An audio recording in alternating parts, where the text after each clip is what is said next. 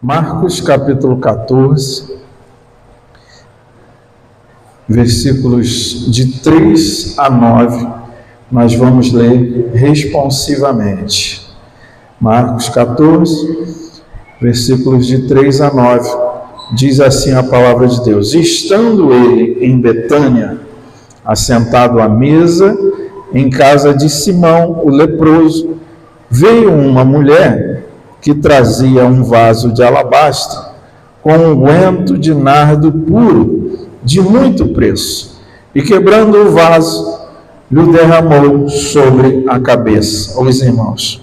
E alguns outros que em si mesmos se indignaram e disseram: para que recebeis esses benefícios de mulher? Porque podia vender-se por mais de 300 dinheiros e dá-lo aos pobres, e murmuravam contra ela. Jesus, porém, disse: deixai-a, porque ela molestais. Ela fez de boa obra. Porque sempre tendes os pobres convosco, e podeis fazer-lhes bem, quando quiserdes, mas a mim nem sempre me tendes. Esta fez o que podia, antecipou-se a ungir meu corpo para a sepultura. Em verdade, vos digo que em todas as partes do mundo, onde este evangelho for pregado, também o que ela fez será contado para sua memória. Feche seus olhos, amado Deus. Eis aqui tua palavra, Senhor, que é santa, que é preciosa, que é poderosa e que não pode mentir jamais, Senhor, porque tua palavra é fiel. Ó Deus, e a nossa oração é que esta palavra, mais uma vez, venha ao encontro dos nossos corações e mentes. Ó Deus, desfaça todas as fortalezas da nossa mente, do nosso coração. Ó Deus, que tua palavra encontre guarida dentro de nós, que saímos daqui de posse da porção que o Senhor reservou para cada um de nós. Fala, Senhor, porque ansiamos por ouvir a tua doce voz. Nós oramos no nome do Senhor Jesus. Amém. Amém. Se assente, por favor. Amados, hoje quero pregar em sua memória, mas fique tranquilo, porque esse é um sermão sobre a nossa vida e não sobre a nossa morte, sobre como estamos vivendo e não sobre o que falarão de nós quando morrermos. Após a morte, nos velórios da vida, todos se tornam bons, todos são pessoas exemplares, porém, a morte de alguém não fala mais alto do que a sua vida. Era sexta-feira, faltava uma semana para a festa da Páscoa. Mais uma vez, o Senhor Jesus estava em Betânia, que era uma pequena vila que ficava próximo de Jerusalém.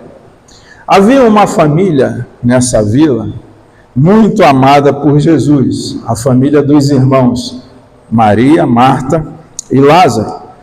Porém, desta vez, ele não estava em Betânia, na casa deles, e sim na casa, como lemos aqui, de um homem chamado Simão, conhecido como o leproso. Provavelmente, o Senhor Jesus havia curado esse homem em algum momento de lepra, né? E agora, então, ele estava participando de um banquete, de um jantar, na casa desse homem chamado Simão. O jantar está acontecendo, de repente, chega uma mulher, Maria, a irmã de Lázaro. Embora Marcos não mencione o nome dela, nem Mateus, João revela, e assim nós sabemos que era a Maria nessa ocasião.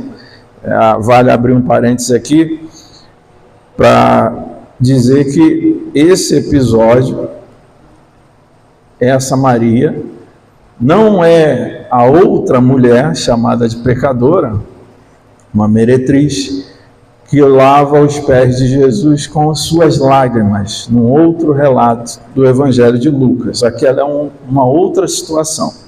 Aqui, então, essa Maria, que é irmã de Lázaro e de Marta, ela toma uma atitude, então, que impressiona todos ao seu redor. Maria quebra um jarro, não sabemos exatamente o tamanho dele, mas ela quebra um jarro de bálsamo, que era óleo de nardo puro, como o texto fala, caríssimo por sinal, porque era importado, né? Desde aquele tempo, as pessoas de bom gosto já gostavam de usar perfume importado, tá vendo? Esse importado especificamente das Índias. Então, você imagina o preço disso. Se hoje já seria caro, já é caro um perfume desse tipo, imagine nesses tempos.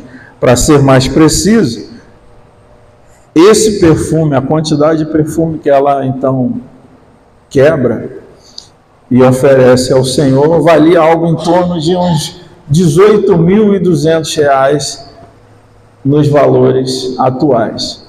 R$18.200. Observe que Jesus recebeu a oferta dela. Então, como sempre acontece, quando alguém demonstra liberalidade para com o Senhor Jesus não se escandaliza. Ele não teve problema nenhum em receber o perfume que custava mais de 18 mil daquela mulher. Nenhum, zero. Porque ele entendeu o gesto, ele entendeu o que ela estava fazendo, ele conhecia o coração daquela mulher. Mas, como sempre acontece, quando alguém demonstra liberalidade para com o Senhor, os hipócritas se manifestaram. Eles sempre se manifestam. Eles se manifestaram. Judas, liderados por Judas, né? E outros, porque o texto fala em alguns no plural, quem estava ali eram os discípulos. Então, Judas e alguns dos discípulos criticaram Maria. Criticaram Maria pelo que eles chamaram de desperdício. Perceba que a palavra não saiu da boca do Senhor Jesus, saiu da boca deles. Eles classificaram a atitude dela, o sacrifício dela, a adoração dela, a oferta dela como desperdício. Foi isso que eles disseram. Porque o hipócrita, ele age sempre assim. Ele fala sobre coisas que ele não faz e ele critica aquele que não fala, mas faz. Sempre assim. Sempre assim, vive falando sobre coisas que não faz, coisas que não vive, coisas que não pratica. Mas quando alguém vai lá, em vez de ficar falando faz, toma uma atitude, aí o hipócrita critica. Perceba que Maria não disse a ninguém, você pode ler o contexto anterior, posterior, imediato, remoto, você vai perceber que Maria não disse a ninguém. Olha, eu vou lá, vou entregar essa oferta agora, entregar esse perfume. Não, ela não falou nada. Porque quem quer fazer, isso mesmo, faz. Quem quer fazer, faz. Maria não disse a ninguém o que pretendia fazer pelo Senhor Jesus. Ela simplesmente foi lá e fez. Foi lá e fez. Diante disso, ou seja, de alguém que não falou nada, mas fez. Não falou, mas fez. Diante disso, os hipócritas e o ladrão, Judas nesse caso, eles tentaram demonstrar preocupação com os pobres. Porque o ladrão age sempre assim, o hipócrita age daquele jeito, e o ladrão age sempre assim. O ladrão, ele quer fazer boas ações roubando o que pertence ao Senhor. Sabe por quê? Na verdade, você pode continuar a ler a passagem, você vai perceber que saindo dali, nem Judas, nem os outros críticos hipócritas fizeram qualquer boa ação pelos pobres. Passou ali, aquele episódio ali, eles saíram dali e você não lê que eles fizeram absolutamente nada pelos pobres. A pergunta é, eles estavam preocupados com algum pobre? Era pura hipocrisia. No caso de Judas, estava de olho no dinheiro também, porque era ladrão. João revela no seu evangelho. Então, o Senhor, o que ele fez? O Senhor Jesus desmascarou. O Senhor Jesus desmascarou a hipocrisia deles. E ele garantiu que o gesto de Maria seria contado no mundo inteiro em sua memória, em memória dela. Olha, vamos refletir sobre a profundidade e a amplitude dessa afirmação que saiu da boca do nosso Senhor Jesus. Ele garantiu que no mundo inteiro esse gesto dessa mulher seria contado em memória dela. Veja bem, nós fazemos a ceia em memória do que o Senhor Jesus fez na cruz em nosso favor. Amém? Essa mulher, Maria, ela ofereceu o seu bem mais precioso, porque não consta na Bíblia, em outras passagens, por exemplo, que a família de Maria, Marta e Lázaro fosse uma família abastada, não consta. Então, eu creio, por inferência, creio que essa mulher, Maria, ofereceu o seu bem mais precioso. Ela pensou, olha, o que mais precioso que eu tenho aqui para oferecer para o meu Senhor? E ela entendeu que era aquele perfume. Então, ela ofereceu o seu bem mais precioso. Além disso, ela poderia ter ido lá e dado, toma aqui, Senhor, esse perfume.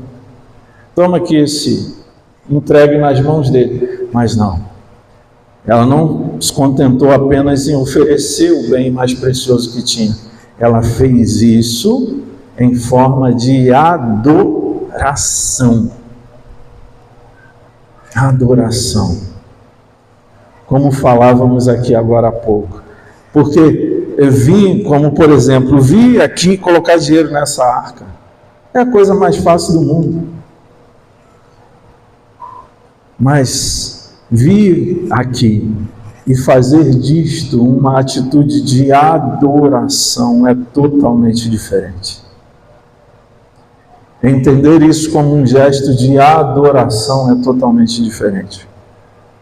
Então a Maria, ela não apenas ofereceu o perfume, e você sabe que perfume está num frasco por um motivo, geralmente eles são valiosos. E você sabe também que quando você quebra um frasco de um perfume, tem volta? Tem como recuperar aquilo ali? Não. Então a atitude dessa mulher demonstra também que ela estava tomando uma decisão sem volta, irreversível. Que aquilo que ela estava oferecendo ao Senhor não tinha volta. O que ela estava entregando ao Senhor não teria meios mais dela recuperar. Delas, me arrependi. Não. Ela fez questão de fazer isso. Então, ela oferece o seu bem mais precioso em forma de adoração e vai além.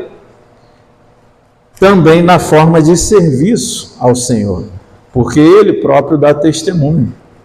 Conforme lemos aqui, no versículo 8, o Senhor diz assim: esta fez o que podia, antecipou-se a ungir o meu corpo para a sepultura. Ou seja, o Senhor Jesus recebeu aquilo como um presente, porque Ele sabia, e eles ainda estavam meio atordoados, não entendiam, os discípulos, mas Ele sabia que Faltava pouco para ele consumar a sua obra na cruz, inclusive entregando a sua vida. Então, ele falou, ela está preparando o meu corpo, por assim dizer, para ser oferecido como uma oferta de aroma agradável ao Senhor. Então, além do seu bem mais precioso, além de fazer disso uma forma de adoração, Maria presta um serviço ao reino de Deus. Quase 2000 anos depois, olha só que coisa interessante. Aqui estamos nós falando disso. E mais uma vez se cumpre a palavra do nosso Senhor. Aqui estamos nós falando disso em memória dela, para a glória de Deus. Amém? Então, à luz disso, como eu disse, vem a nossa reflexão desta noite. Em sua memória. O gesto de Maria está aqui registrado na palavra de Deus, em sua memória, em memória dela. E em nossa memória? E em nossa memória, o que pode ser contado sobre nós? O que nós temos oferecido de precioso ao Senhor? O que temos oferecido como adoração ao Senhor? Como o temos servido? O que há diante de Deus em nossa memória? Qual tem sido a nossa conduta? Afinal de contas, quem nós somos na história do Senhor Jesus? Maria tem um papel de destaque por meio da sua atitude e do seu gesto. Assume um papel de destaque na história do Senhor Jesus. E você, eu e nós? Quem nós somos na história do Senhor Jesus? E eu quero trazer algumas opções para que possamos refletir sobre isso nessa noite, sobre nossos caminhos, nossa conduta. Quero dar algumas opções.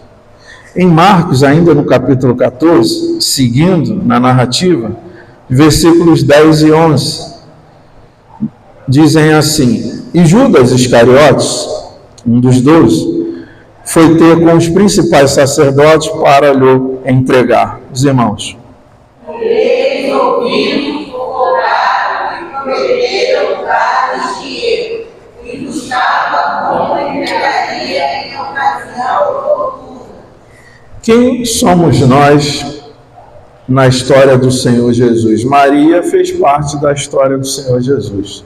Judas também. Quem somos nós? Será que somos como Judas? Ou seja, alguém que espera apenas uma oportunidade para atrair Jesus. Ele buscava como o entregaria em ocasião oportuna. Ele estava à espera de uma oportunidade para atrair, para vender o Senhor Jesus. Muitas vezes nós somos como Judas. Muitas vezes, na primeira oportunidade, acabamos traindo o Senhor. Então, quem somos nós na história do Senhor Jesus? Certamente, ninguém quer ser como Judas, mas façamos essa reflexão então. E quando surgir a oportunidade? Ou será que essa oportunidade já surgiu na sua vida? Como você agiu? Você é fiel a Jesus, amém. Até quando? Até aonde? Até a esquina, a primeira curva, a primeira oferta, até o convívio profissional, social, acadêmico. Até onde vai a sua fidelidade ao Senhor? Quem somos nós na história do Senhor Jesus? Também a opção de ser como Pedro. No capítulo 14, versículo 29 agora, o texto diz assim: E disse-lhe Pedro, ainda que todos se escandalizem, nunca porém eu. E no versículo 37, e chegando, achou-os dormindo, e disse a Pedro, Simão, dormes? Não podes vigiar 1 hora? Quem somos nós na história do Senhor Jesus? Maria fez parte, Judas também, Pedro também. O Pedro aqui representa alguém que ama o Senhor, da boca para fora, mas não pode passar, por exemplo, nem 1 hora de oração com Jesus. E eu prometo que eu não vou falar da jornada de oração daqui da igreja. Alguém que ama o Senhor, da boca para fora. Senhor,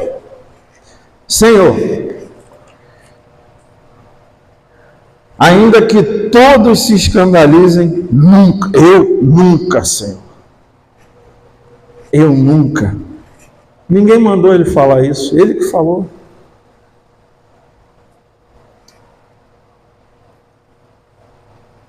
Só que o amor dele era apenas, até esse momento aqui, era apenas da boca para fora.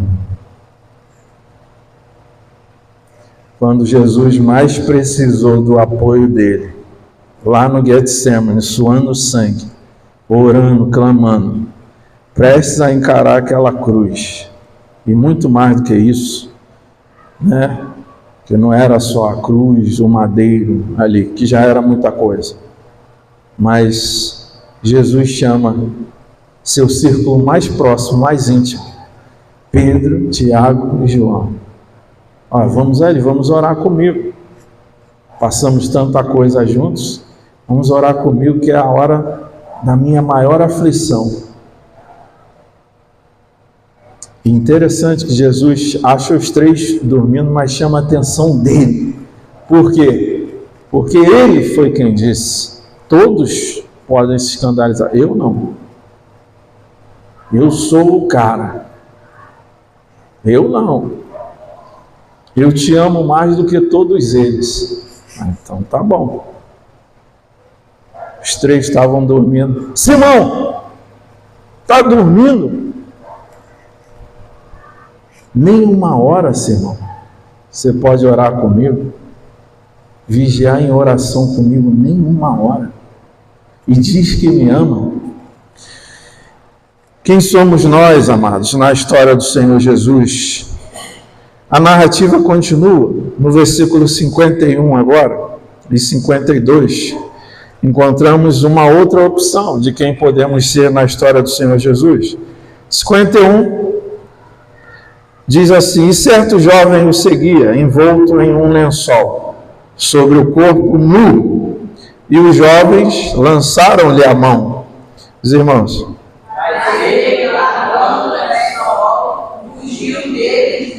o homem nu. Eu chamo esse rapaz de o homem nu, porque ele não tem nome. Quem somos nós na história de Jesus? Podemos ser como Maria, ser como Judas, ser como Pedro, podemos ser como esse homem nu. Quem ele representa? Esse homem representa alguém que até teve disposição para deixar tudo e seguir Jesus. Ele estava seguindo Jesus com nada mais do que um lençol no corpo. Ou seja lá o que fosse que ele tinha, ficou para trás. Ele estava literalmente andando apenas com um lençol enrolado no corpo. É admirável a disposição desse homem para deixar tudo e seguir Jesus. Porém, contudo, todavia, entretanto, diante da perseguição, quando a chapa esquentou, quando os soldados chegaram para prender Jesus, diante da perseguição, ele fugiu e deixou o Senhor. Então, perceba que é possível alguém ter disposição para deixar tudo, para renunciar a muita coisa e seguir a Jesus, mas não suportar a perseguição por causa de Jesus. Renuncia, deixa muita coisa, abandona muita coisa e vai seguir a Jesus, mas diante da perseguição, por causa do nome de Jesus, ela deixa Jesus também. E o deixar Jesus aqui é amplo nas aplicações. Que a gente fala em deixar Jesus, o pessoal pensa, levantou, saiu da igreja e sumiu. Sim, tem esses casos também. Mas o deixar Jesus, ele se apresenta de outras formas também. Às vezes a gente é perseguido no nosso ambiente de trabalho. Aí lá a gente não quer ser crente. Perseguição. Ambiente acadêmico, hoje em dia, não vou nem falar. Qual é o crente? Qual é o jovem? Ou adulto, não importa, que tem gente de todo quanto é idade. Nas escolas, nas universidades. Quem quer chegar lá e falar que, ei, aqui ó, todo mundo, eu sou crente. Sabe que vai ser perseguido. Vai ser perseguido. Então, lá eu não quero ser crente. Quero ser crente aqui. Domingo, beleza. Lá não. Lá, muita perseguição. Não dá para mim. Ó, é o homem nu. Deixa muita coisa para trás, mas não suporta a perseguição. Abandona muita coisa. Deixou de beber, deixou de fumar, deixou amante, deixou um monte de coisa. Mas a perseguição, não suporta a perseguição. Foge diante da perseguição. Abandona Jesus diante da perseguição. Quando as perseguições, por amor a Cristo, vêm, o homem nu foge. Tem outro exemplo que podemos seguir. Perceba, está percebendo? A história é sobre Jesus. O foco do Evangelho é sobre quem? Jesus.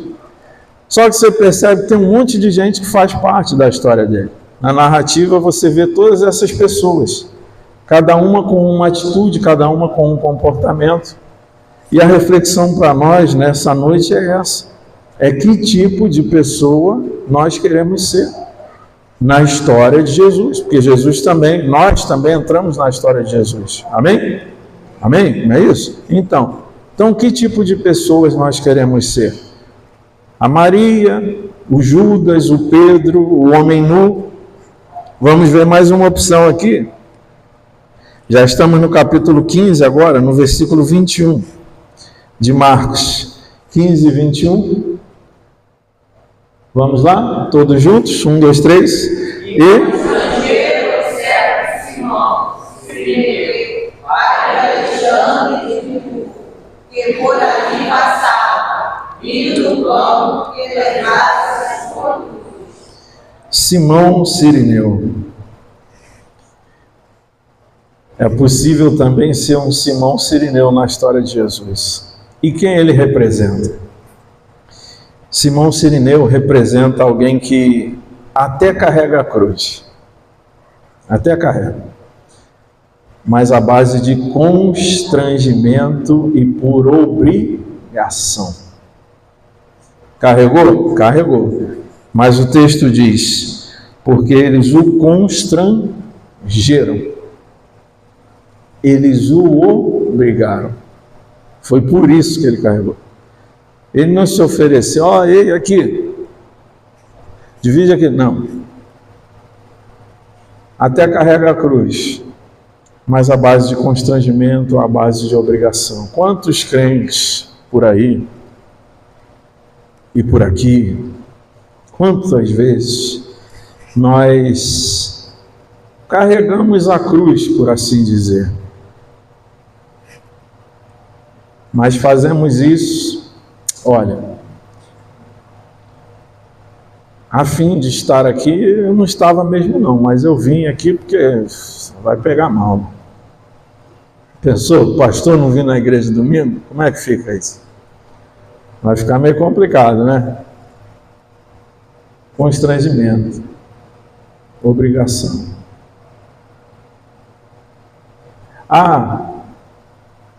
Vamos evangelizar, né? Vamos lá, vou ter que ir, porque se eu não for, o pastor vai ver que eu não fui. E Jesus está vendo seu coração, que você está indo só por constrangimento e por obrigação. Não adianta, irmãos, não funciona assim. Não pode ser assim. Simão Sirineu carrega a cruz, mas à base de constrangimento. Quanta gente fazendo coisas para Deus, em nome de Deus, só para não pegar mal para ela ou para ele. Tenha certeza de tais sacrifícios Deus não se agrada. Não. Porque o que Deus não rejeita verdadeiramente é um coração, como cantamos aqui, rendido a Ele. Coração quebrantado, contrito, não desprezarás, ó Deus. Ele não despreza. Ele não resiste a um coração verdadeiramente obediente, que se humilha diante dele, que reconhece que sem ele não dá, não somos nada, não podemos nada, não fazemos nada, não temos capacidade para nada, não somos ninguém, não somos absolutamente nada sem ele. Ele é tudo na nossa vida, porque dele, por ele e para ele são todas as coisas, e a glória também é quem? A ele. Amém. Ele é tudo. Ele é tudo. Ele é tudo na nossa vida. Mais um exemplo. Aqui no capítulo 15, versículos 43, diz assim: chegou José de Arimateia, conselheiro honrado, que também esperava o reino de Deus, e ousadamente foi a Pilatos e pediu o corpo de Jesus. Versículo 46, os irmãos. O qual comprara um lençol fino, e tirando da cruz, envolveu no lençol, e o depositou no sepulcro lavado na rocha, e revolveu uma pedra para a porta do sepulcro. Tem o Simão Sirineu, mas tem também o José de Arimateia. Glória a Deus por isso. Quem somos nós na história de Jesus? Já falei um bocado de possibilidades. José de Arimateia, quem esse homem representa? Ele representa alguém que põe os seus recursos financeiros e a sua influência na sociedade. O homem era um senador, um conselheiro. muita gente nos nossos dias já ficaria escandalizado por um senador ser crente. Porque, veja bem, você não ouve falar desse homem na narrativa anterior. Mas em algum momento ele se converteu a Cristo. E aí eu vou inferir de novo, provavelmente o próprio Cristo o evangelizou, o alcançou, o discipulou.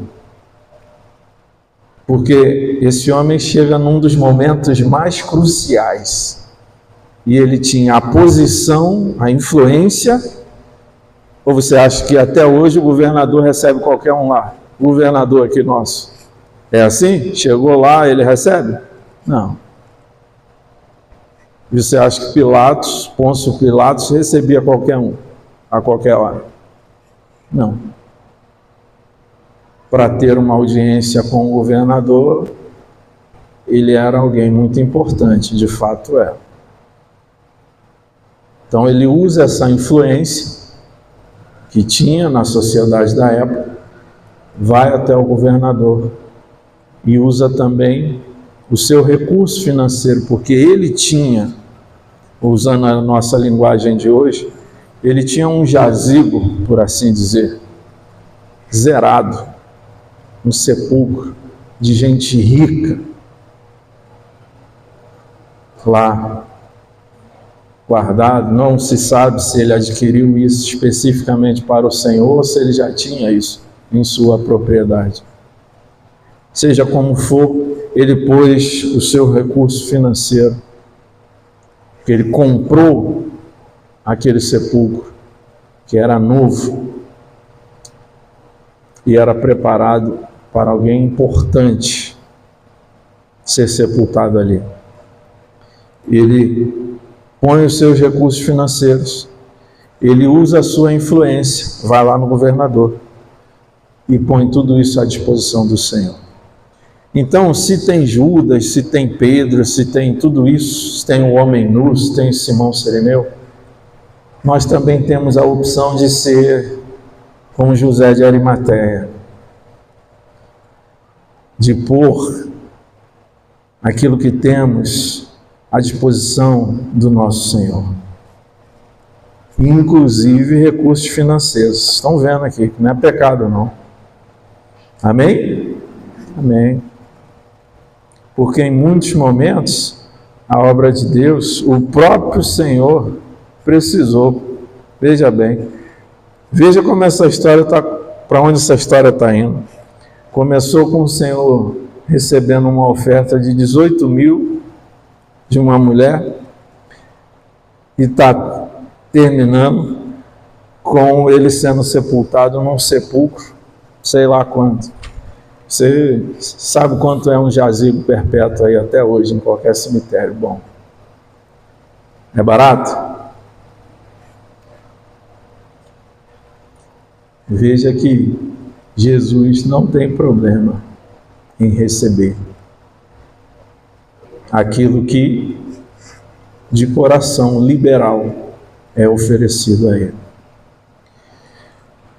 Maria fez a sua oferta, José de Arimateia também fez a sua oferta, de maneiras diferentes.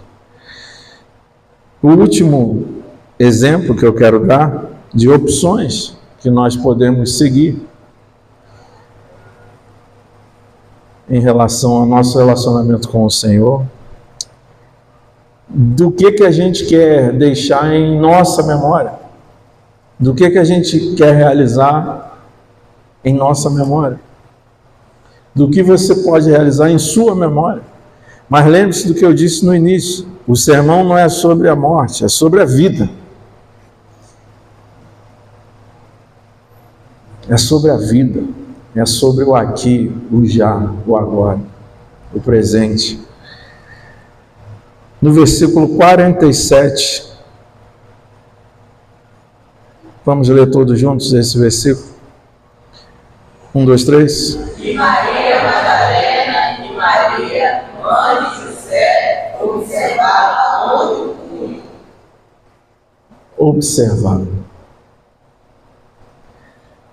Vou destacar Maria Madalena.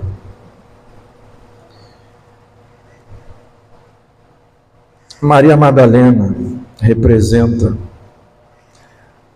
alguém que jamais tira os olhos do seu Senhor Jesus. Maria Madalena representa aquele crente, aquele servo, aquela serva do Senhor, que aconteça o que acontecer, os olhos dele ou dela estão sempre em quem? No Senhor. Todo mundo foi embora, morreu e tal, já estava morto. Estava lá ela, ó, de olho.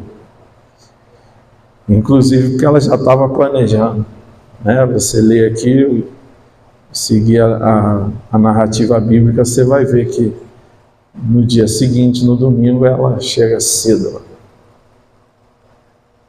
Então, meus amados, nós temos aqui, percebe? Bons e maus exemplos. Cabe a nós o quê? Escolher.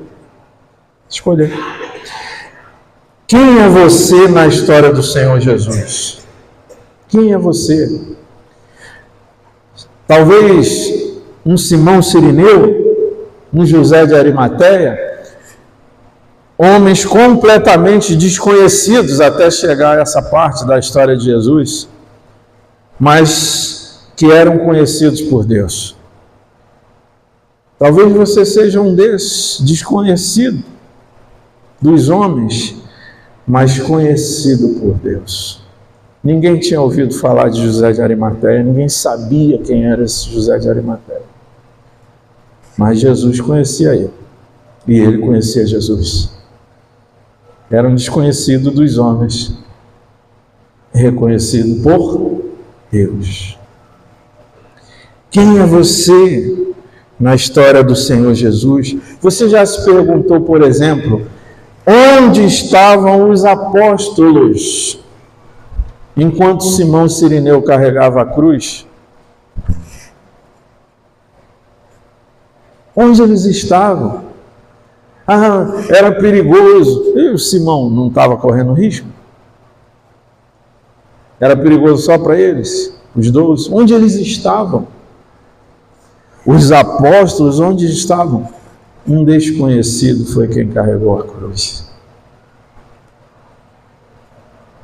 Onde os apóstolos estavam enquanto José de Arimateia carregava o corpo de Jesus? Onde eles estavam? Onde os grandes, os 12 especiais, os apóstolos, onde eles estavam? Quando um homem desconhecido, que não era apóstolo, carregava o corpo de Jesus. Ou seja,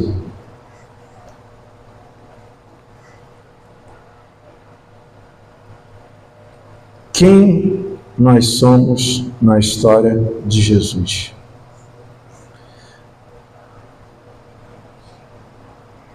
Somos um Judas focado nos próprios interesses? Um Pedro negando Jesus diante das fogueiras da vida? Pense, decida pelo que você quer ser reconhecido na história de Jesus. Dei vários exemplos aqui. Cada um ficou conhecido na história de Jesus por alguma coisa. Exemplos bons, exemplos ruins. E você, e eu, e nós, pelo que queremos ser conhecidos na história de Jesus? Afinal, quem é você? Quem sou eu? Quem nós somos? O que há agora, nesse momento, em sua memória, diante do trono de Deus? O que Deus tem para se lembrar de você e de mim nessa hora? Curva sua cabeça, feche seus olhos em nome de Jesus.